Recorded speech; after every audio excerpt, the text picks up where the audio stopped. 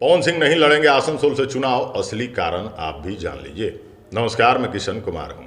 दोस्तों, पवन सिंह ने साफ साफ कह दिया है कि हम चुनाव नहीं लड़ेंगे आसनसोल से और भारतीय जनता पार्टी को मेरी तरफ से ढेर सारा धन्यवाद है। दोस्तों, कारण चाहे जो भी हो, पवन सिंह तो व्यक्तिगत कारण बता रहे हैं। आप मोबाइल स्क्रीन पर इनके ट्विटर पर किए गए पोस्ट को भी देख रहे होंगे। इन्होंने भारतीय जनता पार्टी को धन्यवाद कहा और कहा कि मुझे आसनसोल से उम्मीदवार बनाए जाने के लिए भाजपा को धन्यवाद, लेकिन मैं व्यक्तिगत कारणों से यहाँ से चुनाव नहीं लड़ूंगा। जानते हैं, सोशल मीडिया पर जैसे ही ये चर्चा हुई, न्यूज़ में चर्चा हुई कि पवन सिंह आसनसोल से चुनाव लड़ेंगे, भाई तृणमूल कांग्रेस के जो नेता हैं टीएमसी के, पश्चिम बंगाल के खासकर, उनका सर दर्द बढ़ गया। उनको टेंशन हो गई, भाई अब तो आ वाला शेर आ रहा है, अब पता नहीं यहाँ क्या करेगा। भले ही बिहार के शत्रुघ्न सिन्हा वहाँ से टीएमसी से सांसद हैं और वो भी चुनाव इस बार लड़ेंगे, लेकिन पवन सिंह जब पहुँचते तो माहौल बन जाता।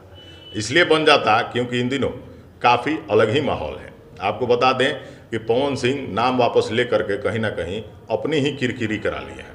अब चाहे ये भले ही किसी के दबाव में किए हों, पार्टी का दबाव हो, या फिर इन पर तो कई सारे इल्ज़ाम भी टीएमसी के नेता लोग लगा रहे थे कि हो सकता है ये किसी और पार्टी के संपर्क में हो। लेकिन कारण जो भी होगा, हम नई अपडेट आप तक लेकर जरूर आएंगे। अब आपको बता दें कि चारों तरफ चर्चाएं शुरू हो गई कि इन्होंने अभद्रता फैलाई है, गानों में महिलाओं का अपमान किया है, बंगाली महिलाओं का अपमान किया है, इस तरह के वगैरह वगैरह कारण लगा के। तो भाई नचनिया बजनिया का टैग तो रवि किशन, दिनेश लाल निरहुआ और मनोज तिवारी पर भी लगा, लेकिन क्या वो लोग पीछे हट गए? जी नहीं, वो भी पहली बार चुनाव लड़े, हार गए। आप भी लड़ते, अगर रिजल्ट हार ही जाते तो क्या हो जाता? अगली बार देखा जाता। ये तीनों सांसद जो भोजपुरी से बने हैं, ये भी पहली बार हारे और फिर चुनाव लड़े। लोगों ने साथ दिया और आज ये सांसद हैं। आने वाले भविष्य में और बड़े नेता बन सकते हैं। लेकिन पवन जी, आपने नाम वापस ले करके बहुत गड़बड़ कर दिया। आपको ये बताते चले कि बाबुल सुप्रियो, जो कि टीएमसी के पूर्व सांसद हैं, उन्होंने कहा कि पवन सिंह पर इस तरह के जो इल्ज़ाम हैं वो कहीं ना कहीं अच्छे नहीं हैं और पवन सिंह यहाँ से उम्मीदवार अच्छे नहीं साबित हो सकते थे। और टीएमसी के बाकी नेता कह रहे हैं कि हम लोगों से भयभीत हो गए हैं, पवन सिंह डर गए हैं और वो भाग गए हैं। लेकिन दोस्तों, पवन सिंह डरने वालों में से नहीं है, लेकिन पता नहीं कारण क्या रहा। पवन जी, आप एक बिहार के शेर हैं, आपको वापस नहीं होना चाहिए था। आप बैकफुट पर अगर आए हैं तो उसका कारण जो भी हो, निश्चित रूप से सिर्फ व्यक्तिगत लिख देने से नहीं होगा।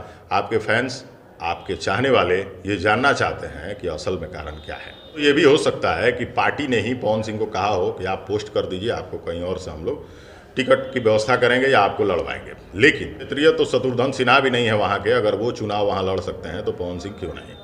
तो भाई सोशल मीडिया पे ये चर्चा चल रही थी और कारण आप लोग जानना भी चाहते थे। तो भाई ये सब विवादों को देख करके, विरोध को देख करके पवन सिंह को लगा हो कि कहीं मैं चुनाव हार जाऊंगा, इसलिए हो सकता है इन्होंने नाम वापस ले लिया हो।